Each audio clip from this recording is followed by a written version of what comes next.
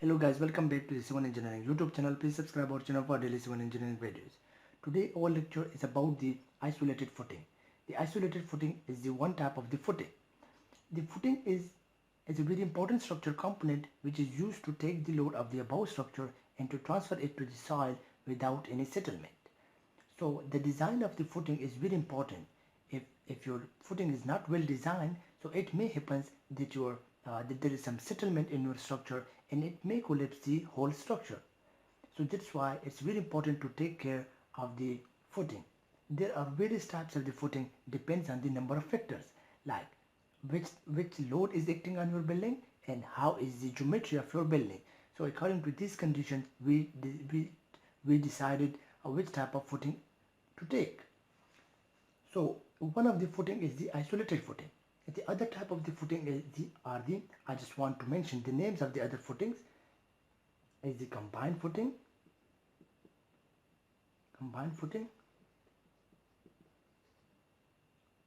the raft footing,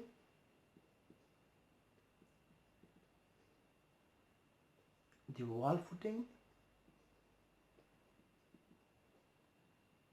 the strip footing, and the one is the isolated footing, which will be discussed in this lecture. Isolated footing, that why we use and when we have to use the isolated footing. The isolated footing is one of the most popular and simplest type of the footing used worldwide. And isolated footing is the most commonly used footing for the reinforced concrete column because it is one of the simple and most economical type of the footing.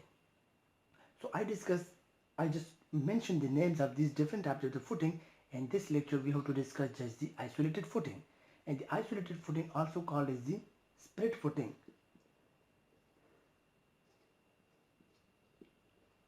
Now what is isolated footing?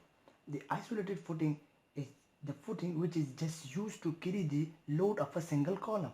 That's why it is called as isolated, because it isolates the footing from the other columns. Like if we see the diagram of the isolated footing, you can see here this is the reinforced column and this is the load acting from the above, maybe from beam or the slab. So the load is coming down and it is being taken by this footing. So it is the type of the footing which is used to carry the load of a single column or of a single pillar. So that's why we call it the isolated footing, because it is not involved to take the load of more columns, but this footing is generally designed to take the load of a single column.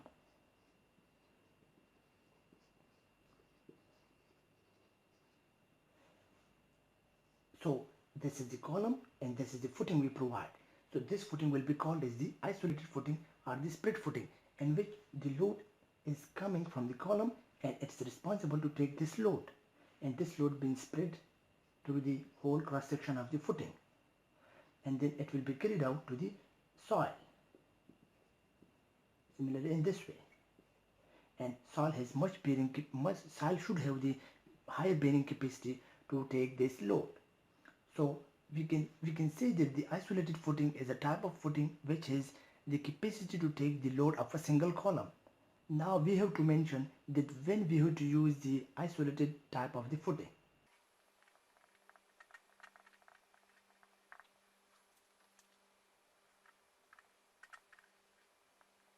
So now we have some conditions then when we have to use the isolated footing. The first condition is that when your columns are not closely spaced. It means let's consider these are my columns. So the first condition says that if your columns are not closely spaced, so then you can prefer the isolated footing. For example, in this case, let's suppose that this distance between the two columns is more than like 8 meters or 10 meters. Then we can prefer to use the isolated footing. You can see here this footing is just for this single column. This footing is just to take the load of this single column, and this footing is just used to take the load of this single column. So each column have their own footings, and we call this type of the footing is the isolated footing.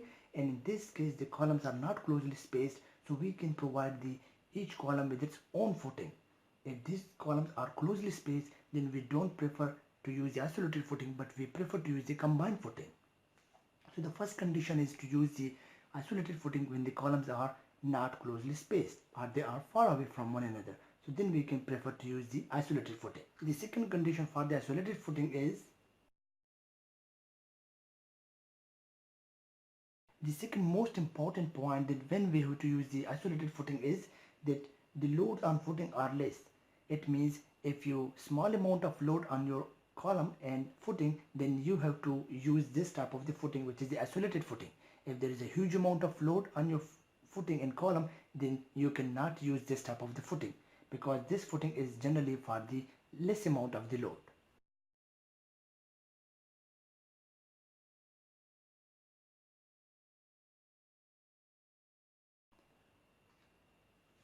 So the third reason that when we have to provide the isolated footing is the safe bearing capacity of the soil is generally higher. When we have higher bearing capacity of the soil, you see here, if this soil bearing capacity is higher, much higher, then we can prefer to use the isolated footing. So these are the three main conditions then when we have to prefer the isolated footing. The first one, the column should be always far away from one another. They should not be closely spaced. The loads on your footing are less, and the bearing capacity of your soil is generally higher. Now there are also three different types of the isolated footing. And now the isolated footing has three further subtypes. These are the first one is the paid footing.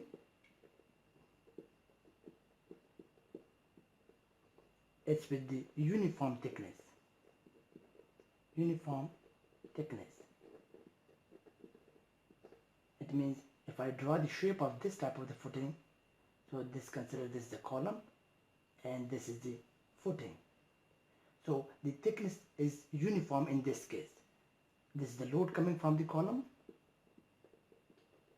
and this is the uniform thickness. There is no change in the thickness of this footing, so we call it the paid footing. The next one, the second type of the isolated footing is the stripped footing. And it is the non-uniform thickness.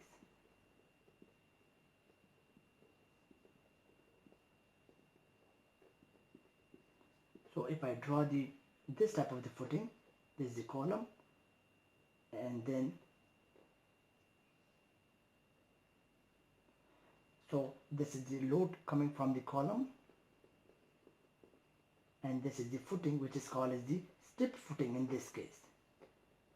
Footing. So we can see here that the thickness of this footing is not constant. You can see here this one is different from this one.